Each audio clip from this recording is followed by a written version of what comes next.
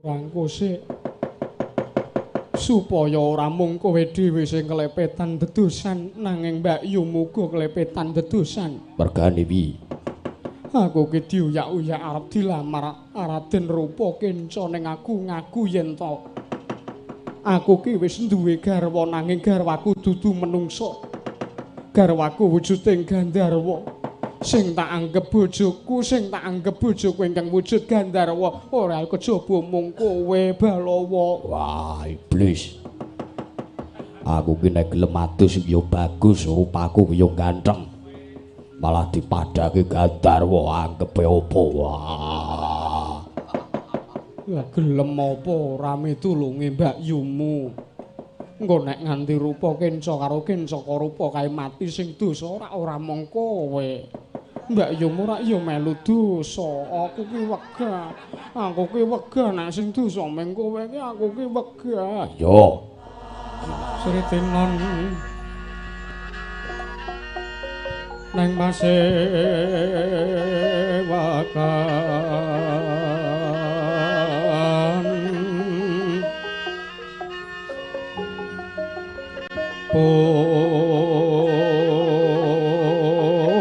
Pusana maneka warna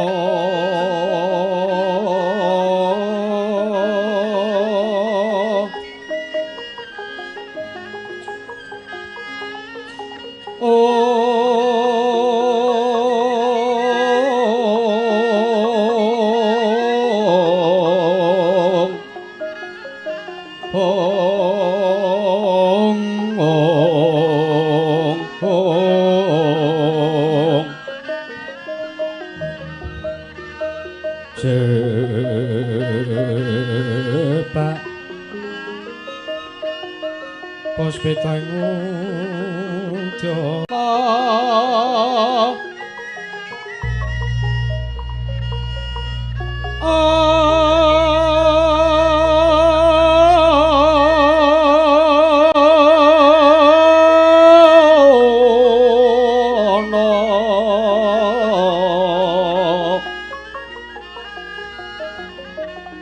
Obro Prabanyo Kangsu mirat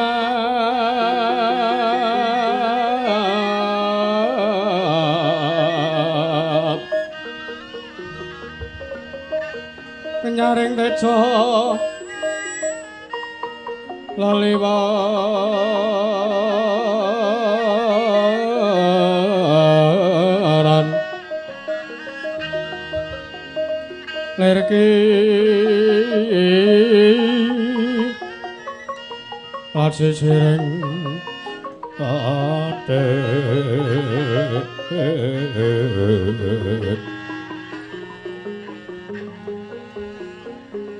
Wimbo kekondo mrek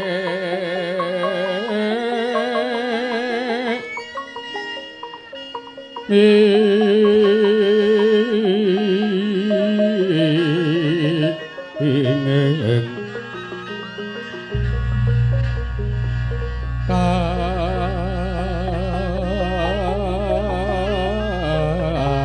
Jubeng maruto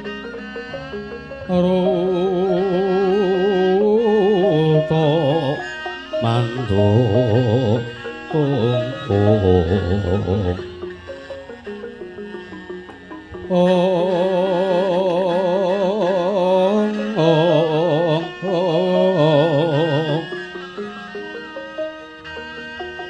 saparan mangambar ungas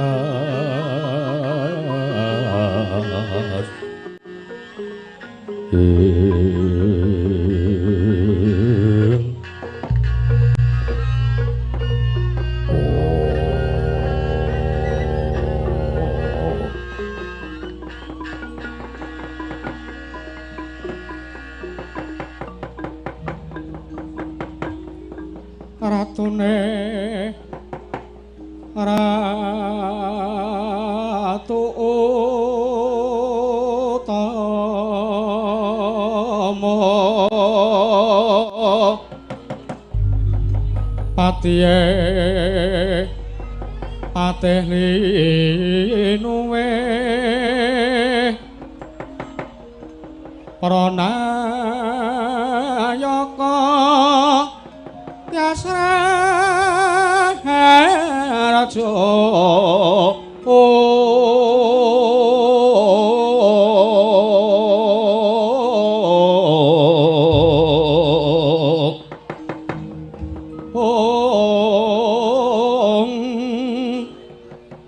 Panagare becik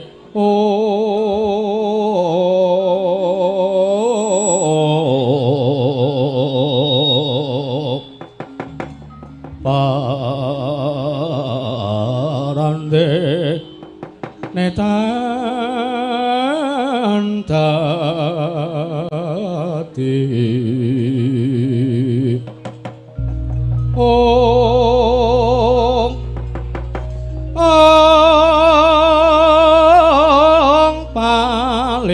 sing kala bandu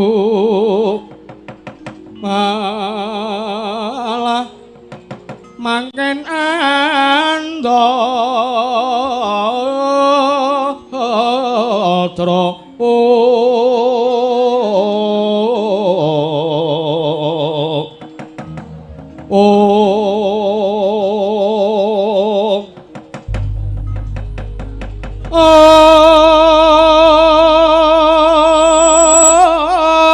rupeta kang haribati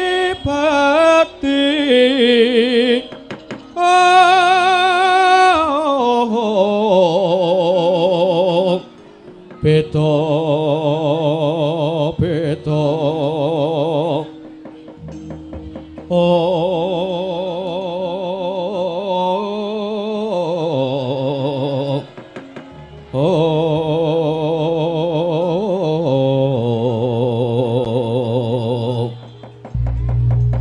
hartane wong sanagara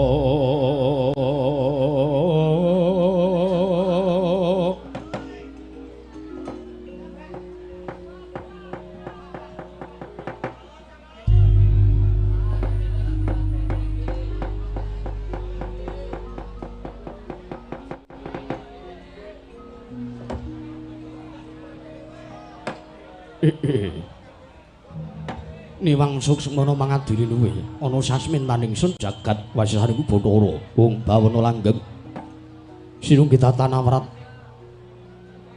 ora mengko dhisik to nggih anakku nggeran majaku cah bagus anakku bocah mursid bisa mikul dhuwur mendem jero marang asmane wong tuwa aja mung kandhek ning mangucap nanging kababaro dadi pakarti anakku Seta Atmajaku Seta maramane sira tak pijana ngarsaning pun Rama ing Wirata nggir Atmajaku padha kandhir harja sak pratamu nggir anakku Seta unut ninggi diwaji sembahan kula pengayoman kula wonten ing Madyapada prapting delahan nun mangke Rama Prabu marang paduka miji dhateng wiswanipun Kang Putra pun Seta sawanipun Kang Putra pun Seta mboten manggalangan setunggal punapa kemarang kula ngaturaken sembah sungkem pangabekti kula kunjuk sandhaping pupuda paduka Kanjeng Rama Dewaji Kanjeng Rama Prabu Durgandana inggih Kanjeng Rama Prabu Maswapati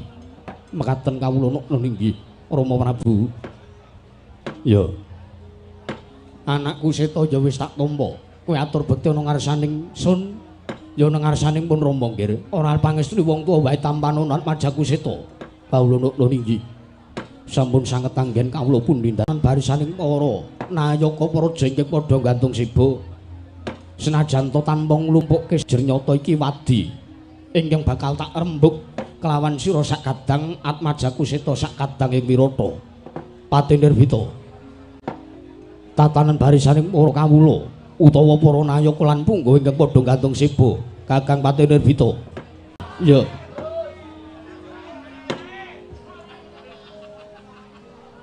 supaya padha sidhem permanem wis iki. Seta wonten maring adhawuh Kanjeng Rama Mesti agawe kaget nggih. Beneh kelawan padatan surat majaku Seta ing Wirata tak biji ngadhep Rama nggih. Wah, sing gedhe pangapura amat majaku.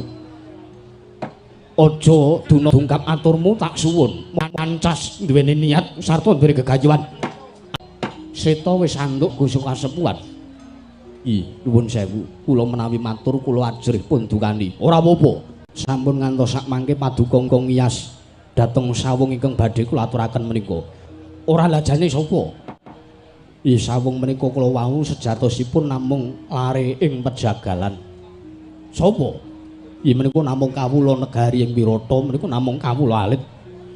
Menawipun sawang tata lair menika derajate ngaceplik. Nanging nuwun sewu. Menawi niti pringsa lan menawi nyumurupi dhateng kridhanipun lare menika saben dinanipun ingkang pedamelanipun njagal kebo tuwin sapi kula kinten sak mangke badhe keduga saged ngawonaken menawi mboten saged ngawonaken tartentu imbang kadigdayanipun kalawan Paman Rajamala. Sapa? Aku tak weruh. Nggih, Seta Timbalana nggih. Sikra-sikra yen permana kanca sikra ngrakit nawang sesangga nawang sesangga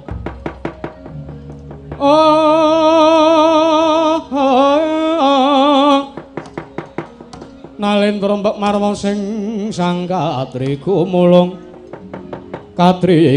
mangrembak ing wadya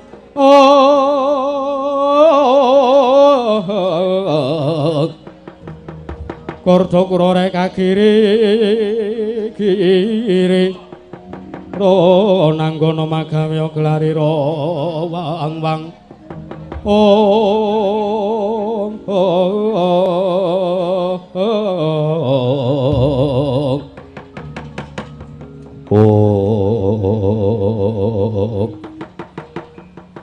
menawi paduka Kanjeng Rama para Prabu Maswapati Arsa kepengin nyumurupi jago menika ilanana kula nyuwun pamit medal Jawi badhe nimbali dhateng praptanipun lare menika. Wis aja kesuwen. Seta ngrata dagi larapno bocah kuwi prapta mrene. Aku tak ngerti sepira dedeg piadege kene.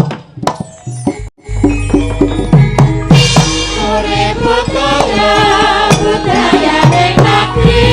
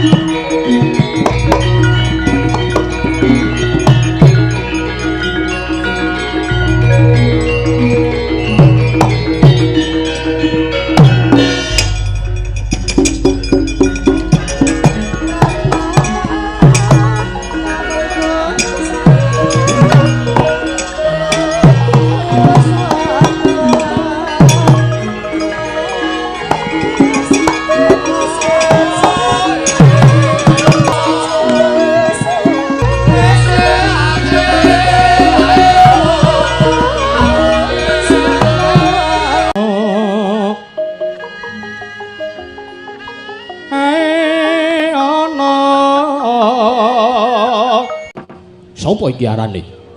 Lah monggo mawon kula aturi andangu Kanjeng Rama. Yo Seta, sampun boten kirang sekeca. Ora mengko sikik kisana. Aja ngira ingsun tumambung merga yekti saweg sepisan iki ingsun manuh. Sira kuwi sapa? Satriya saka ngendi? Kisana. Wah.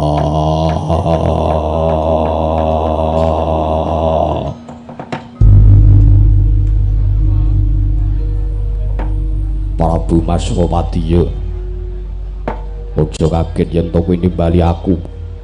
Aku ora tata krama, aku ora basa, aku ora duwe subasita marang sira.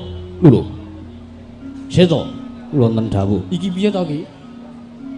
Pripun kados pundi? Iki jago ingkang tak kira, ingkang tak gadang-gadang, ingkang bakal njurung marang kawibawaning sun. Lah kok karo aku wae ora basa. Waduh Rama Prabu nyuwun sewu, kula kesupen matur. Iye. Lare menika nuwun sewu. Dipun temu wonten madyaning wana. Wonten sak nginggiring Kali Ciliwung menika nalikanipun yuswa gangsal 12 taun pramila lare menika mboten saged basa. Oh ngono. Nggih, nggih. Kokot bolote akeh banget. Ya nggih. Menika awit kenging dayaning sampah-sampah wonten ing lepen Ciliwung menika dados nggih mekaten menika wujudipun. Piyambakipun mboten tau tate, mboten purun kok kenadus ngoten mboten purun. Ning mbok menawi kadigdahanipun saged pun cobi Rama Prabu. Yo, nak sawangi sike. Iya. Jeneng aku ku malungkung.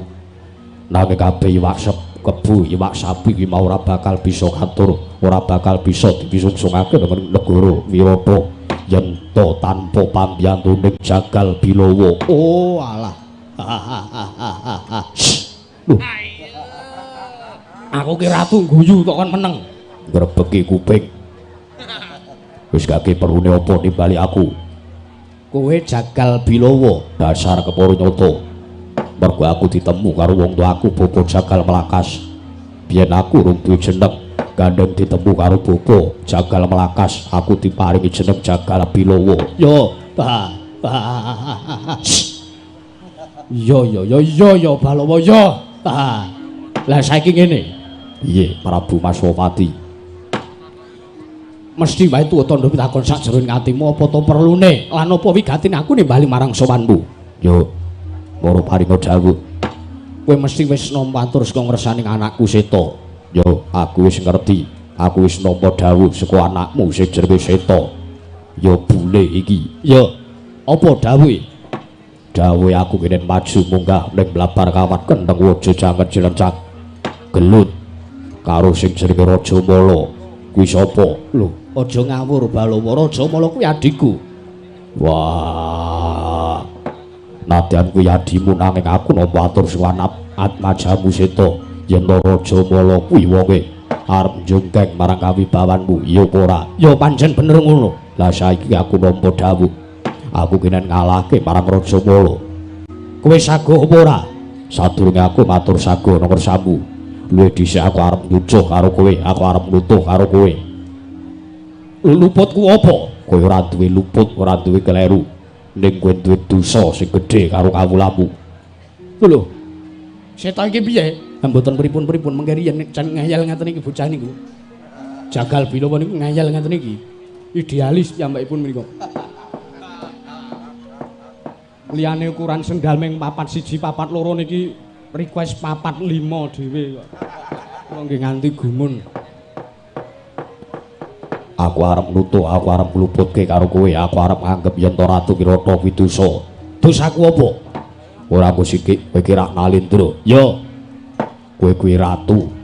Kowe kuwi Nalendra mangresa gumpur kawula dasih. Kawula ki kudu mbok ayomi. Nanging ngono apa? Bareng ngono lakon kaya ngene, ana perkara dumadi kaya ngene. Kowe ora maju dhewe ning pabaratan, kowe ora maju dhewe ning mlabar kawat kendeng waja, campur lawan adimu Raja Mala. Malah kowe kongkonan kawula kaya aku iki. Wah, aku mestani kowe kuwi ratu sing bisa lumuh ngentasi perkara. Perkaramu dhewe kok mbok plentrekke ngersane kawula. Balawa, apa Prabu Durgandana? Wis aku tak takon karo kowe. Aku tak takon karo kowe. Kowe kuwi jejering kawula Wirata apa dudu? Yo, aku kawula Wirata. Wajibe kawula marang Nalendra, ya marang pengarep, marang Punggawa kuwi wajibe apa? Bisungsung dana bekti. Glondong pengareng-areng saupamane, upamane ora iso munjung ingkung gajah paribasane, nanging sing baku aku laku becik, sarta aku duwene labuhan nadyanto sithik tumrap negara. Kuwi sisa diarani kawula bekti marang negara, kawula bekti marang Nalendra. Lah saiki aku tak takon, kowe arep takon apa? yen to kowe tak dawuhi munggah ning Blabar Kawat Kentheng Waja iki mujudake nggonmu ngabekti marang Nalendrama apa dudu? Wah, iya. Ning kono ngopo kowe dadak ngluputke karo aku? Mbuh. Kowe iki ya wisuh lumuh ngentasi perkara. Wisuh sabune maresik kok wisuh lumuh barang kowe iki. Wis bakune kowe gelem apa ora? Maju ning Blabar Kawat Kentheng Waja kowe campuk lan adhiku Rajamala. Balawa. Papan sinengkang bali sandang balikat kuteke wok simbar jojo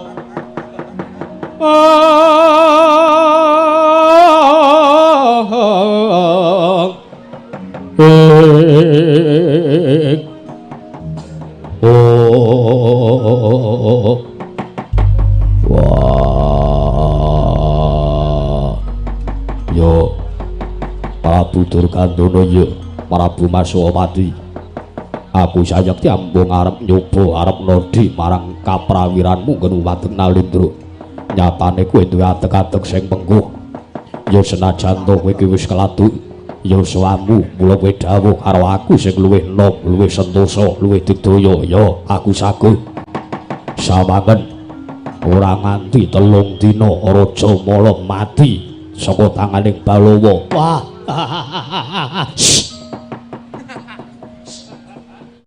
Tuman kowe iki ora. Yo. Wah, bombong kang tanpa upama Seta wonten dawuh. Wah. Kowe kok duwe sarta kowe nemu jago ingkang sembada. Lah menika namung kula menika janjane namung ngasak kemawon. Kula namung ngabyak jago. Endi nek wong keker kula goleki. Saderenge kula nemu niki kula ngerti wong keker ning mbahku mung jaluk marang kowe. Sepisan wah. Sago balo. Wah, mergo kowe iki Nalendra, omonganmu ginemamu iki mau sekseni jagat saisine. Sabda Brahmana Raja seksenana ngepasi dina Selasa kliwat aku bakal munggah ning Blabar Kawat Raja.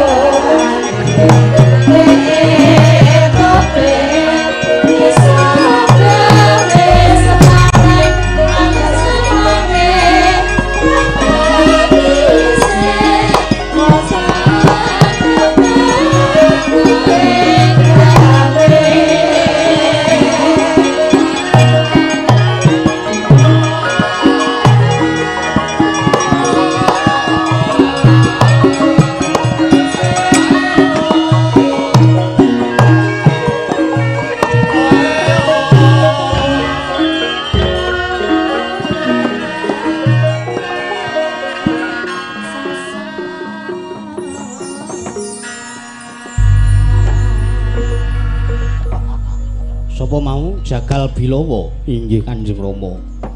Walah raja ning sajake arep sembada ing karya. Lah monggo kemawon pun pirsani sareng-sareng. Iya. Seta kula wonten maring adhawuh. Bubarna sing padha sebo, adi-adimu Utara Prasangka. Sarta dawuhna marang ngarsaning kabeh para wadyabala. Aku gedhe antaraning Balawa kelawan pamanmu Rajamala. Tak jaluk nggone ngrondani kanan Prajanegara Wirata padha dikencengi. Padha diraketi ya nggih ngesaken dawuh paduka Kanjeng Rama. Menapa ingkang sampun paduka dawuhaken tartentu kula mboten badhe suwala Kanjeng Rama diwaji. Ya, yen wis satata marta bubarna nggih. Nyuwun pamit madal pasilan. Ngati-ati aja kaya bocah cilik. Kaya wis ora ana ingkang dak dawuhake meneh. Atmajaku Seta. Purnagati ning Panangkilan. Arsa Nutu Kundra ngedaton jeluk saking damparan kecana kinabit gambaran gading kadheraken sangjaning para Bansedi manggung ketanggung. Joko paloro-loro ingkang samya ngambil upacaring Prabon. Kawisna saking Pandura tindak nyosang Sri Naranata lamun Sinandra Yayah Jawata kairing widodara widodari.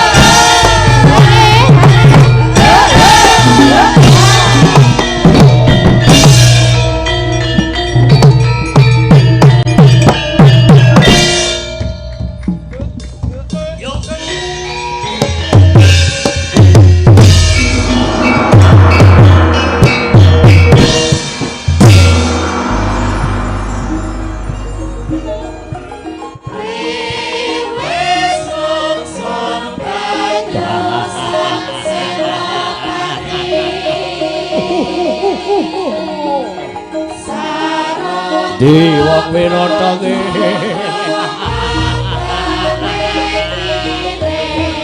negarane Kakang Prabu Durgantara tak kudeta.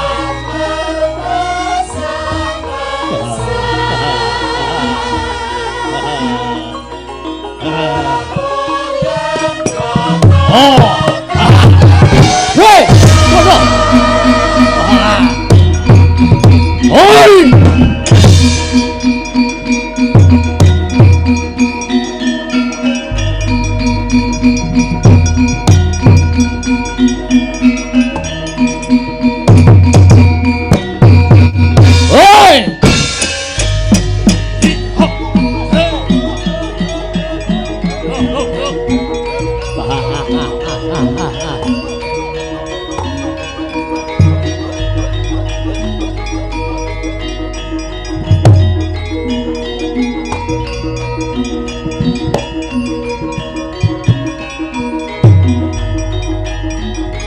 Yo.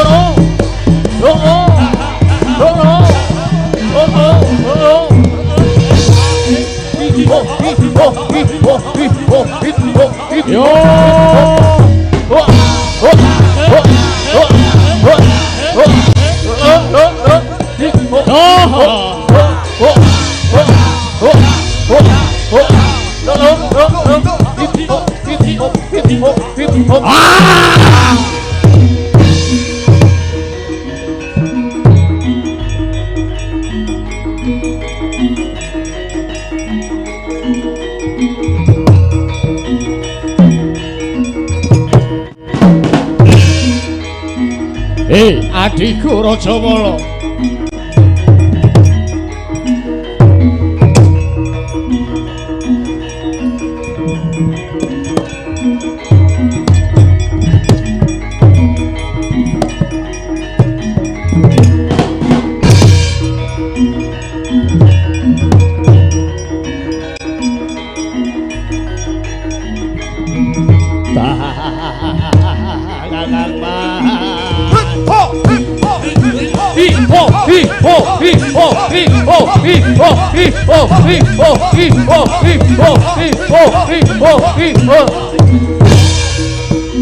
Sing nyenggake iki piye? Lah kok numpang.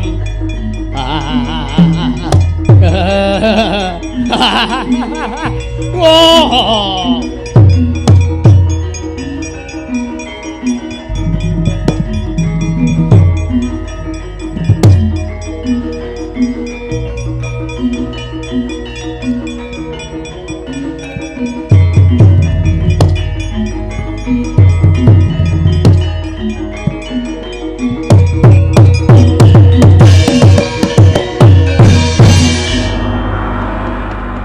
Mangga hanggro sesumbar mawa lindru bumi gonjeng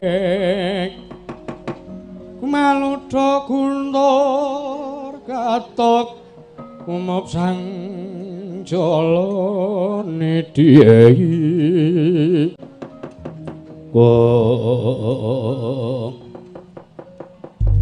ya jagat pangestu ngurwayau Bathara jagat adikku bocah bagus adikku wong gagah adikku wong mideksa adikku wong digdaya sekti kalintang jayaning perang Rajamala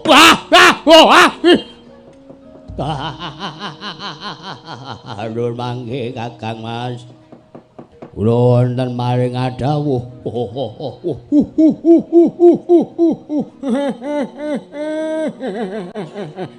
Amiji dateng biswanipun ingkang ngrayipun Rajamala. Kula nyadong dawuh lho. Ngarep perang kok cengengesan. Ora ndang ditata tenagane, ora ndang ditata kadigdayane. Nuwun sewu Kakang Mas. Wong arep perang niku kudu seneng. Dasare seneng napa? Sepisan seneng iso ngumbar kadigdayan ping pindho, seneng merga iso ngerti lan kula bakal weruh, kula bakal nyumurupi mungsuh kula gilang-gilang kuwandane kaludiran ragane. Ya, tatanan sing tenanan. Pun Kakang percaya Rajamala, yen to kowe kedua bisa ngundurake jago saka kasepuhan. Nggih, mangsu minggir Kakang Mas. Kula wis krungu bertek-berteke kawula Wirata ingkang ngandharaken bilih sak mangke jago saking kasepuhan sampun pun pikantukaken. Jago saking kasepuhan sampun pun jokaken. Sampun pun dawuh majeng wonten ing balabar kawan kendeng waja jangan senjang mangsu mikir. Kula selak ora sranta kumacelu kepengin ngejor-jor kuwandane jago saka kasepuhan mungsuh kula niku Kakang Mas. Hey!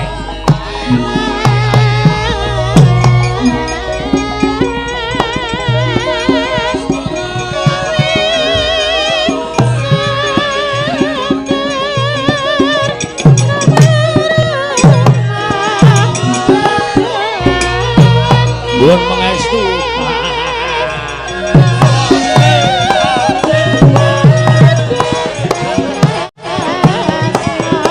Hoi!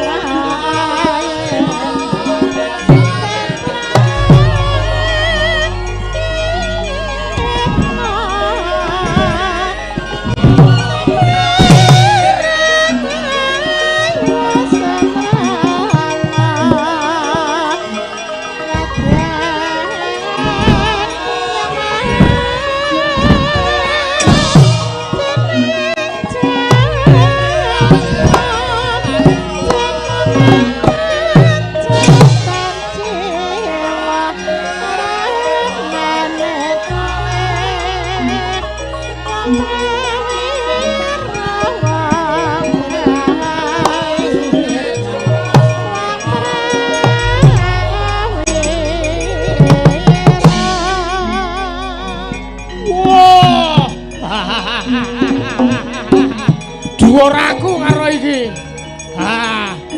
Hei! Wah! Hei!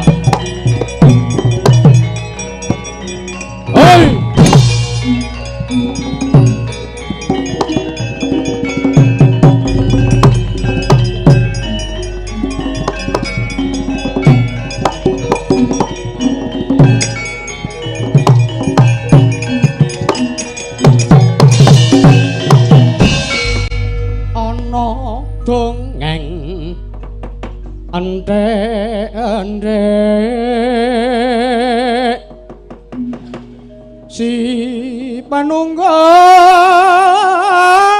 matenono panunggul apa dosane ngunggule mring sasama aja ndak kuwalat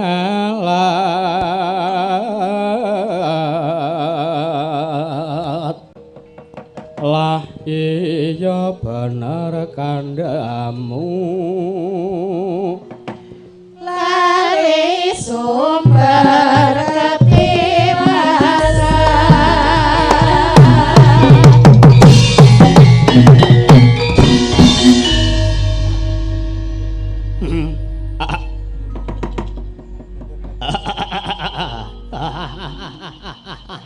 wah lah dalam gua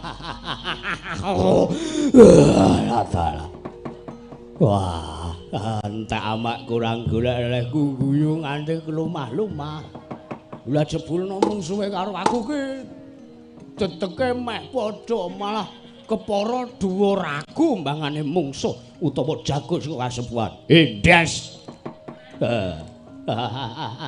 kowe tekan kene karo golek dalan pati apa piye saurunge aku ngomong akeh-akeh saurunge kowe omong karo aku saurunge kowe wawan sabda tak basani kowe sadurunge kowe omong akeh-akeh karo aku luwih becik kowe bali wae aku ra sudi perang mungsuh kowe aku ra sudi perang mungsuh kowe ayo nek kowe isih kena tak endakke becik kowe mulya wae omong bapakmu njaluk edit jajan mbangane kowe tekan kene wis munggah kene mengarep soroh nyawa kowe mbangane kowe mengko tak candhak tali gocimu tak tewu raimu dlosor ora eling kowe mah mlebu rumah sakit kowe engko wah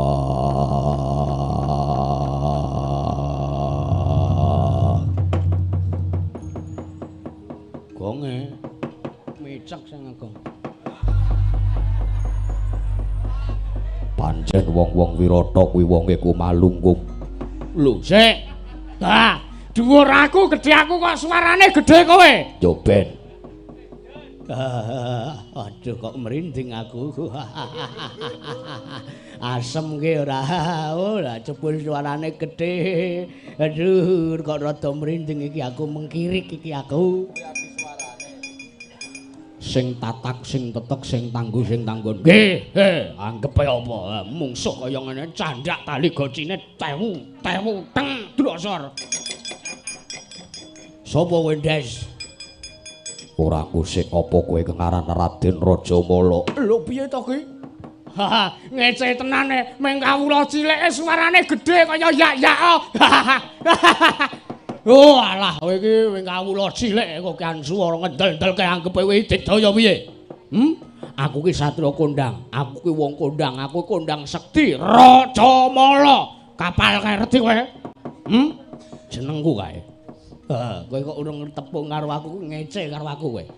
Ora kok ngece nanging aku iki kawula Wirata arang-arang sesaba. Kawula Wirata arang-arang sowan ning Datulaya. Krungu kabar yen to kowe senopati ning Kadipaten Biangsat Bedebah. Yo pancen aku Rajamala. Sapa kowe? Takon karo aku ya iki putra ing Pejagalan. Atmajane bapa Jagal Melakas ya aku kengaran Jagal Abilawa. Kowe Jagal Abilawa. Yo Jagal Abilawa ya aku Bambang Balawa. Bambang Balawa ora tau adus luwuk ngono kok Bambang bareng. Ora sisan Joko Balawa ngono. Para maju ora sah kokean cangkem, ora sah kokean rembug. Sing dadi nyatane wae awakmu gedhe, swaramu atos, swaramu seru, bengokmu sora. Bangane wis kok kono joget-joget bengak-bengok tekan kene tak tewu pisan dlosor sapa sing kewirangan asu iki. Ngias karo aku kowe anggepe apa ya? Babu arep apa?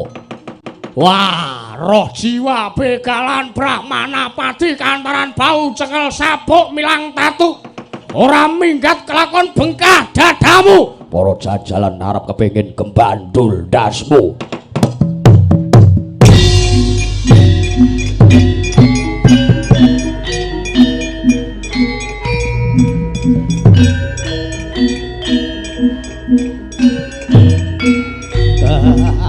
Jajal ning kene.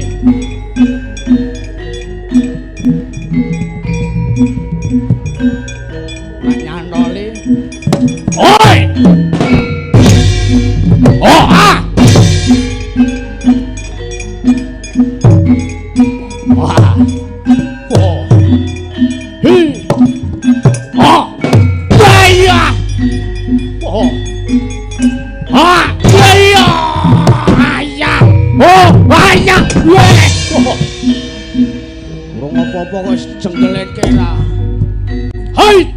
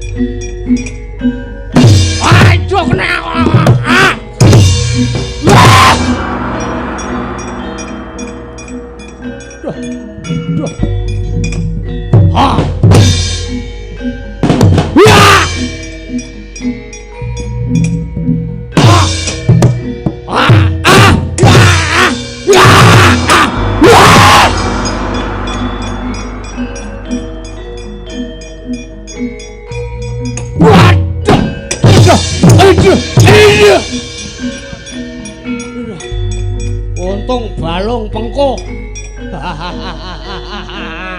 Hai.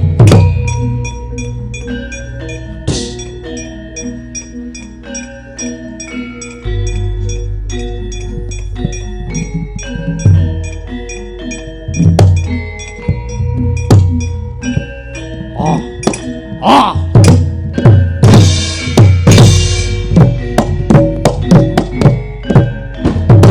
Ambruk to kowe. Ah. Iya. Oh. Yo cajak biasmu. Ah.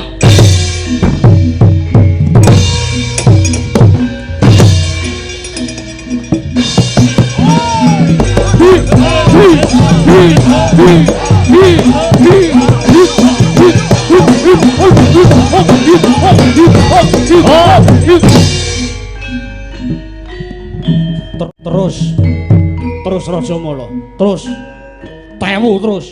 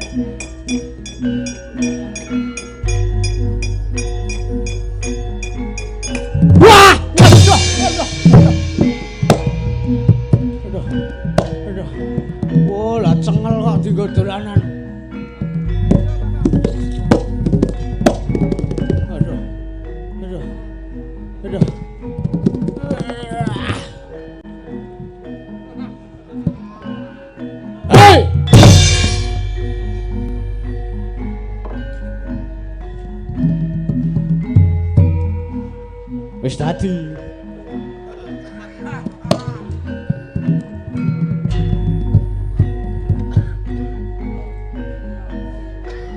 Kepoy apa kowe? Awas kowe. Atret tak.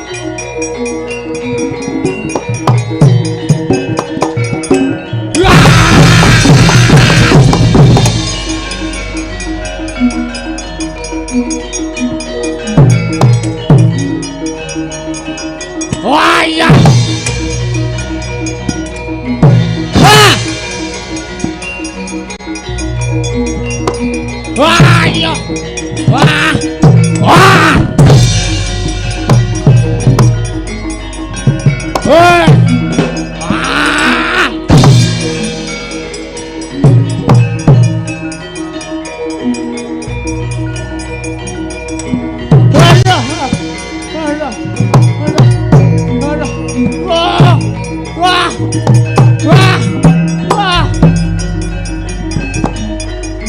Wah! Wah! Wah! Ah!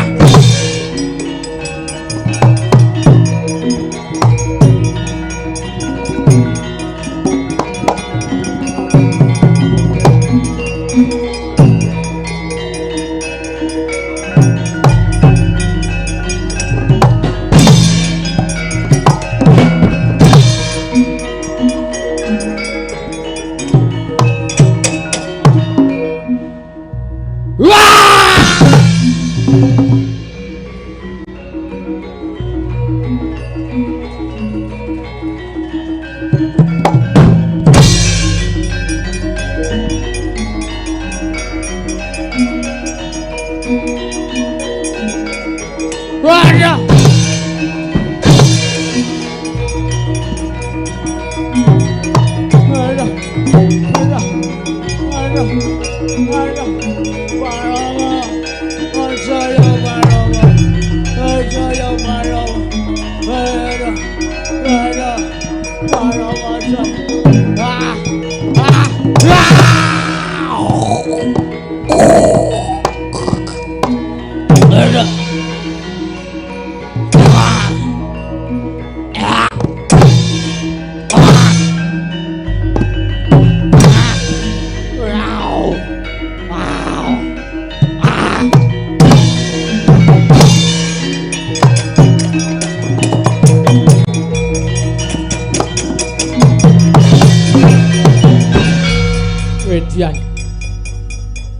Ora nyono ora ngira babar pisan.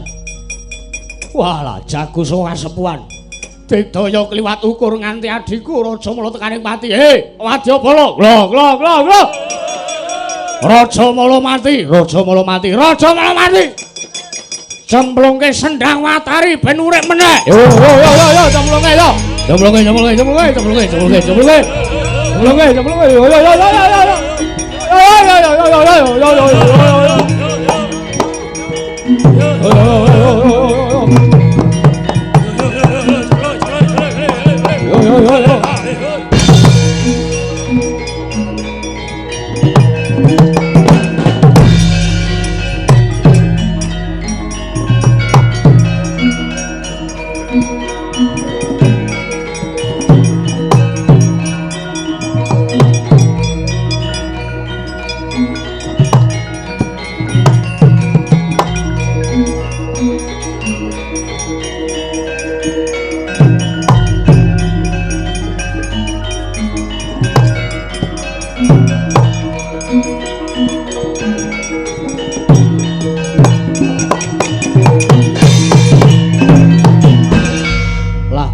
Wujuding Sendhang Watari.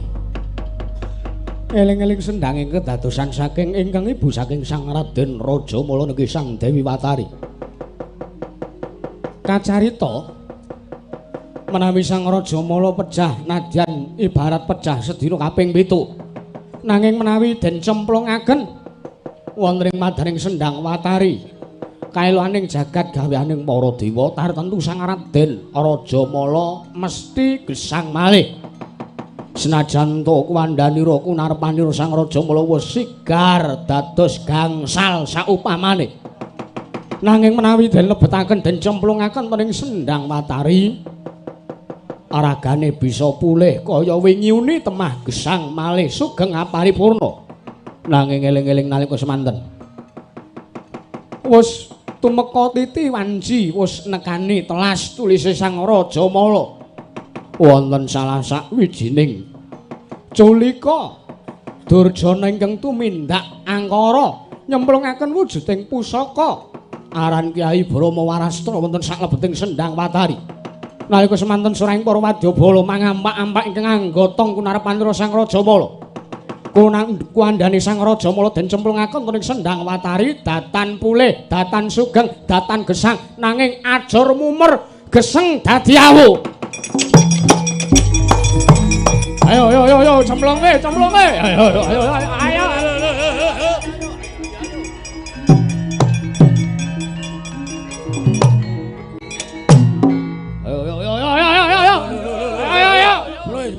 Sik abot iki awake tenan. Abot tenan iki. Oh, abot tenan iki. Wah. Bobot 7-5 kilo iki abot tenan. Abot tenan. Prayogane nek ora kompak sing nguncalke malah mung sasar susur kandhane kok. Heeh. Piye? Diitung. Bareng ngitunge. Sing mburi melu ngitung. Yo. Parjo, Pardi, Waluyo melu ngitung. Oki, Semplok, Pintu kabeh melu ngitung. Juwang. Mongko Luki sing kempul bareng melu ngitung. Yo. Siji.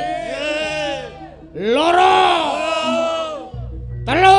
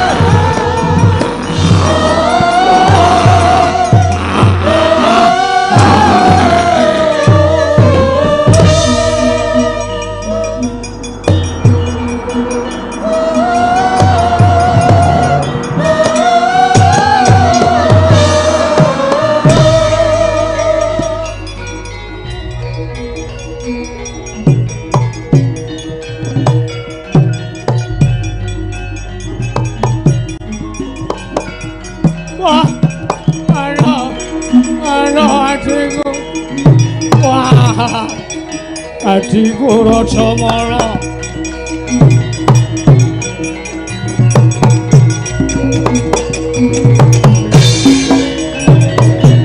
Aduh. Oh alah Di. Wah. Ora nyono babar pisan. Ora adat saben kuwi yen kowe mati barat sedina mati ping 7. Nanging yen to kowe kinayoman dening Ibu Dewi Watari mesti kowe bakal urip meneh, kowe bakal sentosa meneh. Oh, alah. Rajamala kowe mati. Kowe mati ya jagone mati, botohe maju, Balawa aja minggat kowe.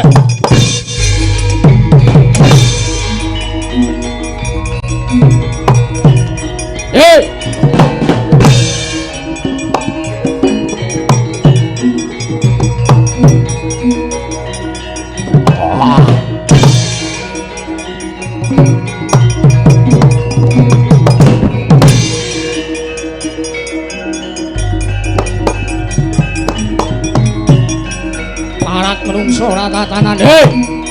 Wadawala. Yo. Balawa digoleki.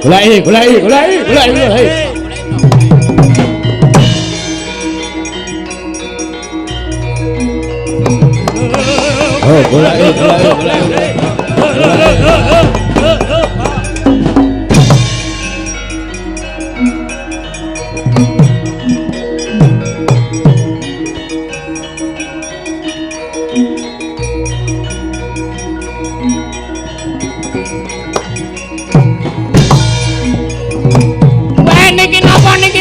Pasar kok meneh sing gobrok-brokan kok ngene. Oh alah. Dagang aku utah kabeh ora.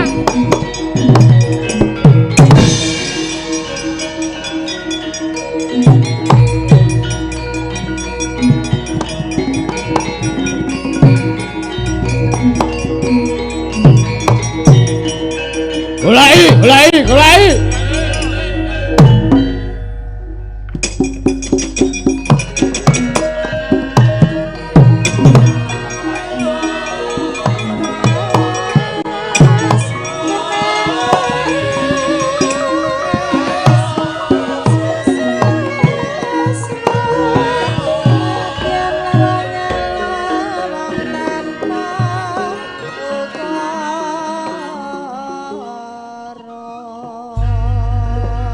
ayon kate uping angin sumyak swaraning rong jeban samirana-ron mawur kulawan ares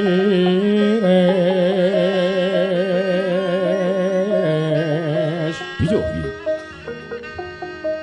lumrang gandaning pos pita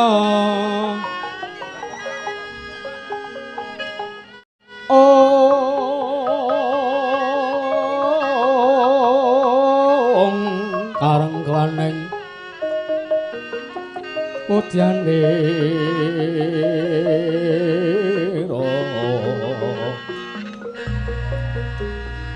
sang dujo wara mrengang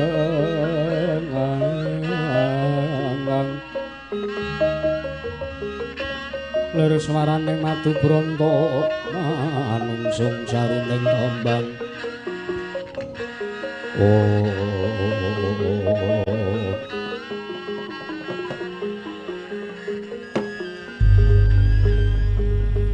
Nun mangke to Kanjeng Adipati keduga damel kagiat tiasipun ingkang abdi kula namung kawula alit kula menika namung derajate ngaceplek tiyang loro saudon tiga sakurupan teka sak mangke kula pun perpeki dhateng paduka Kanjeng Adipati Kencaka Rupa. Salah.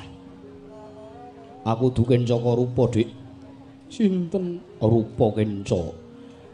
Kang Mas Rupa Kenca. Oh inggih Kanjeng Adipati Rupa Kenca. Iya. Orang sik. Kowe kuwi sapa? Sadurunge aku takon luwih akeh. Sira kuwi sapa Cahayu? Kula. Iya, apa mbokmu? Nuwun sewu. Kula sampun boten gadah ibu. Aduh. Di ngapura Cahayu. Inggih. Men benjang malih menawi guyon menika nggih kenging ning aja mung sembrono, aja mung waton guyon ning guyon menika ngagem wewaton. Iya ya, wah. Mah diuring-uring cah wedok aku. Inggih. Kowe sapa Cahayu? Inggih kula ingkang abdi pun Salindri. Sapa? Salindri. Oh, alah. Sajak kowe Widawati ingkang suwarane gawe horeking jagat, mula sak jagat Wirata ngerti marang sing jenenge Salindri. Sanes kula niku. Dudu kowe to? Sanes. Oh. Ya wis. Nuwun sewu Kanjeng Adipati Rupa Kenca. Mrepeki kalian kula kenging menapa wonten wigatos menapa lan menapa darunanipun. Nyata menika namung mapan wonten ing sak telenging peken teka mlebet wonten ing peken mrepeki kalian kula. Ora kowe iki kok gegeden rumangsa. Gegeden rumangsa pripun? Aku nemoni kowe iki ora kok aku arep kepiye-kepiye ning aku mung arep takon karo kowe. Mbok menawa kowe ngerti glibeting menungsa sing dedeg piadeke wong siji kaya dedeg piadeke wong lima ditumpuk dadi siji. Sing jenenge Jagal Bilawa. Kowe ngerti apa ora? Jagal Bilawa. Iya. Nuwun sewu kula mboten nate semerep malah nembe sepisan menika kula midhanget asmanipun Jagal Bilawa menika. Oh alah. Ya wis. Mbok menawa ya wis tak lalekke wae ora apa-apa. Jalaran sing jeneng tekaning pati siji pesti loro jodoh telu tibaning wahyu lan pepati kuwi mung Gusti sing kagungan pirsa. Inggih. Kenging menapa paring dawuh mekaten. Patine adhiku Rajamala kuwi saka tangane Jagal Bilawa. Ning gandeng aku wis iso mikir, gandeng aku wis iso ngandhake yen to pati kuwi sing ngerti mung Gusti, ya sing gawe urip. Patine adhiku Rajamala tak ikhlaske, saiki aku arep tresna karo kowe. Nuwun sewu. Piye Salindri? Menapa menika mboten keduga kesusu? Apa ini tidak terlalu cepat? Ngono to karepmu? Inggih. Mbok nggih ampun kesusu to kula Paduka mriku dereng tau tate semerep dhateng kula. Watak wantun kula mriku dereng tau tate Paduka pirsa. Hang alon-alon karo mlaku rak ya suwe-suwe reti kaya ngapa bentukan apa? Watekanmu ki lho Cahayu. Inggih. Ha iya, ki mumpung disambi karo kanca-kanca rombong aku sing do arep nguyak balawa iki men do mandeg sik mangan mie, ya. Aku tak rembukan karo kowe. Inggih. Piye upama aku dadi siji karo kowe piye? Mergo garwa kadipaten ki durung ana. Ning kadipatenku kuwi urung ana prameswari utawa wanita sing njejeri lungguhku ning kadipaten. Piye? Umpama kowe lah kowe iki aja ndeni rasa rumangsa kowe iki mung kamula cilik, kowe iki mung gedibal, kowe iki mung ngabdi upamane. Kowe aja duwe panyakra bawa sing kaya mangkono ning kowe tak pilih menapa bakal dadi jatuh kramaning wang. Ya jatuh kramaning sun. Ning wang barang. Merga kowe iki sepisan ayu, ping pindho tak sawang kowe iki gaweanmu kuwi akeh. Teges kowe wanita ingkang setya bekti marang wong kakung ketitik saka tanganmu kuwi ingkang akeh otote, otot bebayune telapakmu kuwi. Tanganmu kuwi akeh banget. Telapakan kula. Iya. Kathah menapanipun kapal kuwi. Mertandake yen to kowe iki wong wedok sing tansah nindakake laku dharma kowe iki perjuanganmu gedhe ngono, gampangane ngono. Inggih. Iya. Lho kowe tak pilih. Nuwun sewu Kanjeng Adipati. Iya. Adipati Minak Jingga ngono. Dede panjenengan menika. Manapa sun mundhut.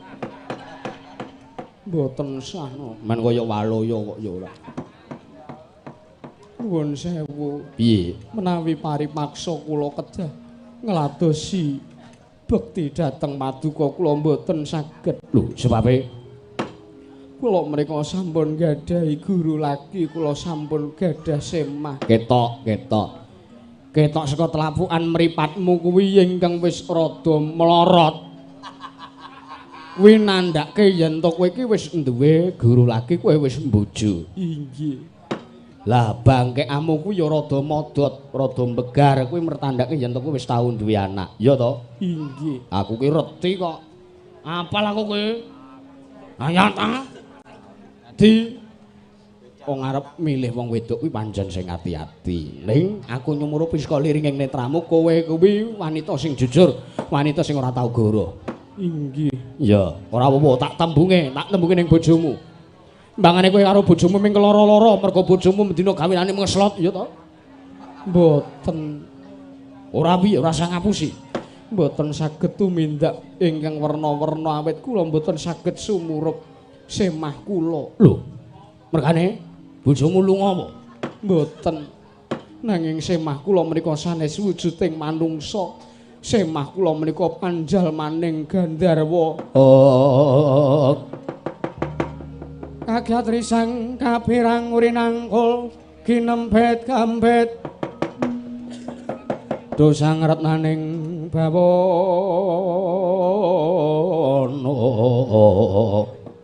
yoke tukang balang ati yoke tukang kutu kering.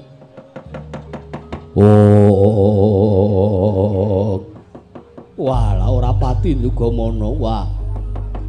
Lagi iki aku weruh ana wong wadon wedok mbojo gendruwo kuwi agi iki aku krungu. Ya ning ora dadi ngopo. Ya senajan rada bingung.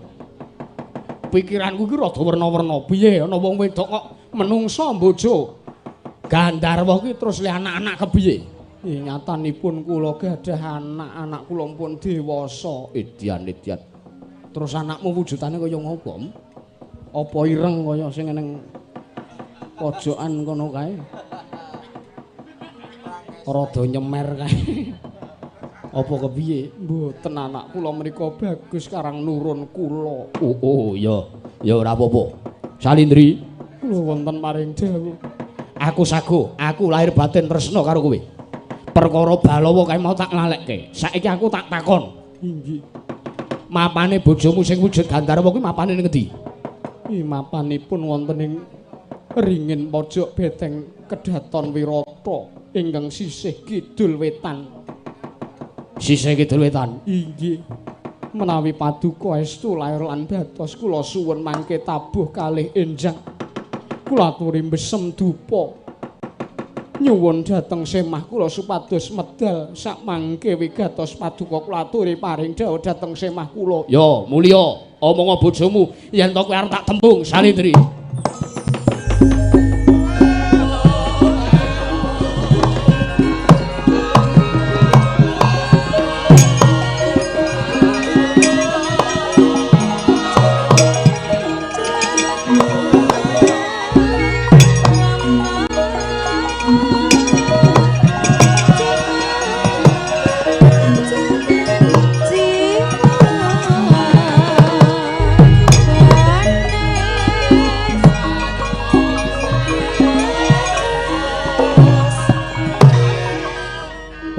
Bejo ora kaya rupa kenca marem. Marem. Nadan aku durung bisa nyanding kelawan kowe Salindri calon garwaku. Ning ora apa-apa, tak tekadi, tak tirakati. Gandharwa sing jare bojone Salindri. Entenono praptaku, bojomu tak tembung bakal dadi garwaku ning Kadipaten Wirata.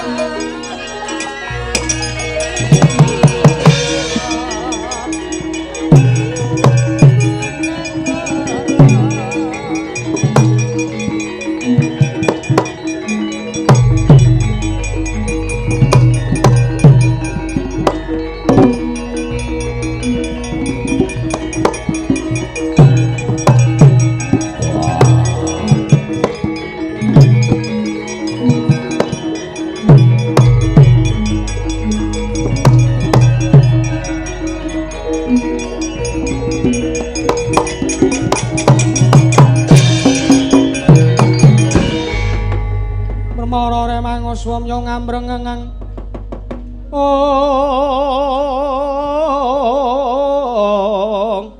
kadi karenaning kasuwase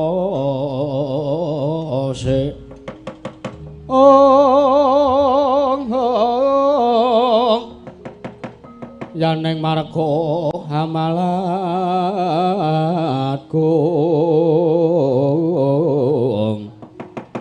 tumiring sang Gandawastrat maja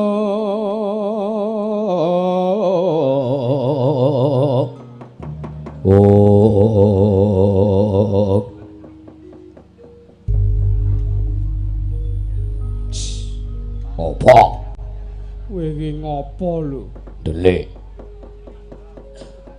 kok ngrangkul glugu mongko glugu karo sing ndelik gedhe sing ndelik. Apa aku ketok? Ketok banget. Wah, setan. Tiwas ndelik aku. Ndelik ki mbok ya sing ceca, sing mutu.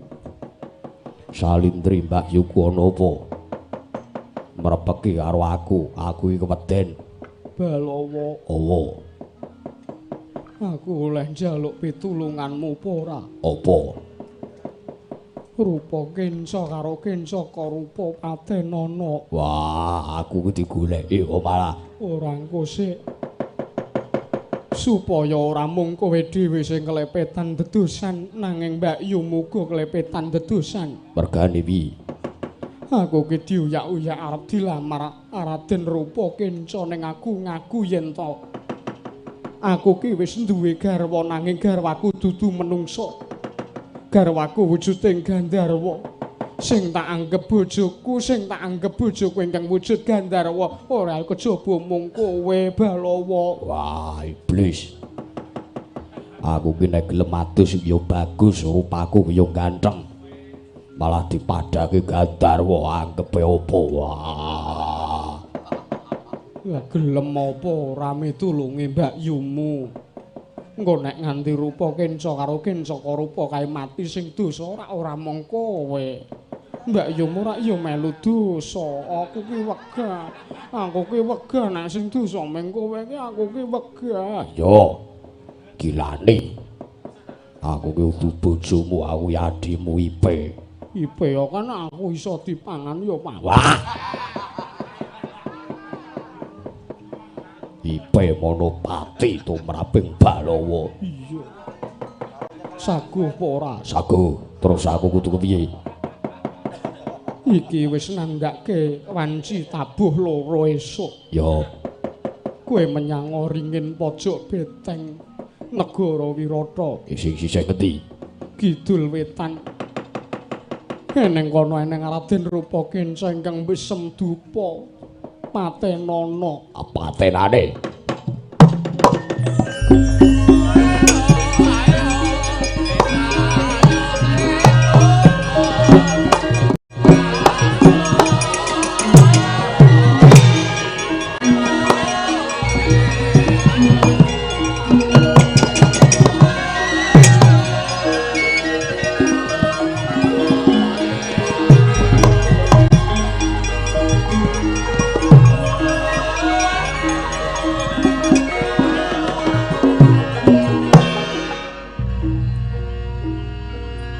Ora mengko sikik. Nuwun-nuwun kula nuwun. Nuwun-nuwun mangke, nuwun mangke. Gandharwa. Gandharwa ingkang aku dadi garwaning Salindri calon bojoku. Aku prapta mrene iki aku arep nembung karo kowe. Bojomu sing jenenge Salindri arep tak tembung. Arep tak pek bojo. Mbangane urip karo kowe ora tau nampa katresnanmu. Gandharwa. Gandharwa sapa wae aranmu? Aku ora ngerti aranmu mergo Salindri bojomu ora bloko karo aku. Tak jaluk metuwa. Tak jaluk metuwa. Tak jaluk metu aku arep sak pejagong karo kowe, aku arep duwe rembug karo kowe. Wah!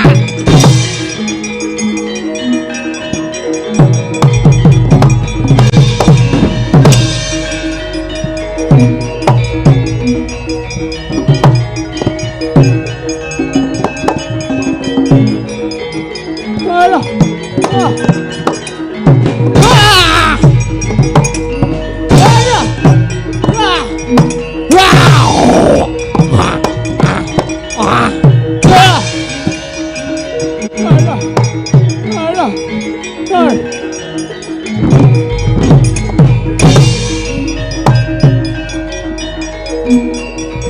Hei, rombongan. Yo,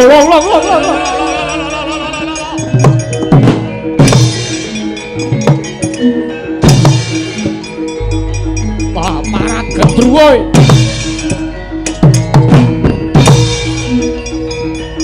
Alah.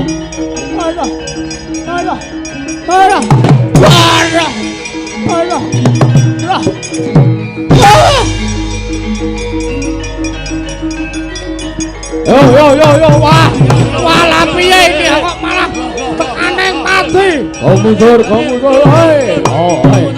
Ana pralaya.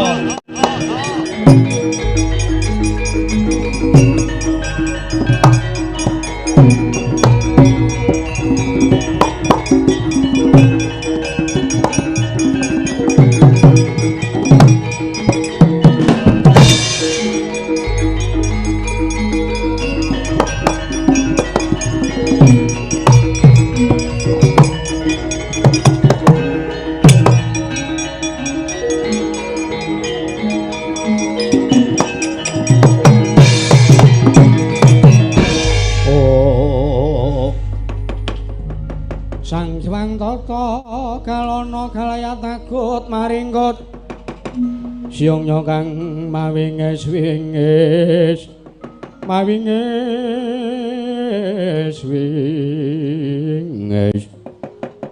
Bathara rupa reka giri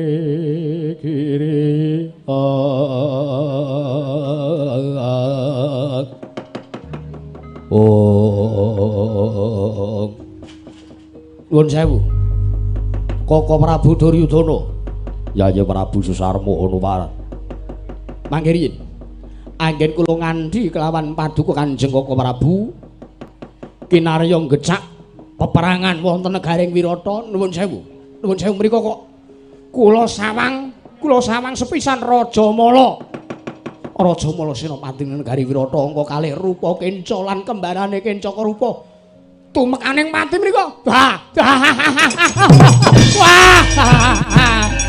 Bejanipun kula kalian Paduka Koko Prabu.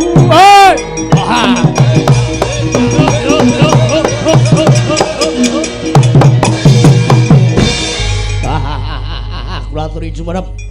Kula aturi mas paosaken, kula aturi nyawang. Ya jagat pangestu karo, Yayi Prabu Susarma. Kula wonten dawuh. Tak kira perkara iki perkara patine Raden Rajamala rupa kenca badene Kencaka rupa. Iki tak dadi pancatan gone Ratu Ngastina bakal gelar jajan. Lah monggo, prajurit. Kula. Wirata wis ringgih. Bedah negarane. Yo.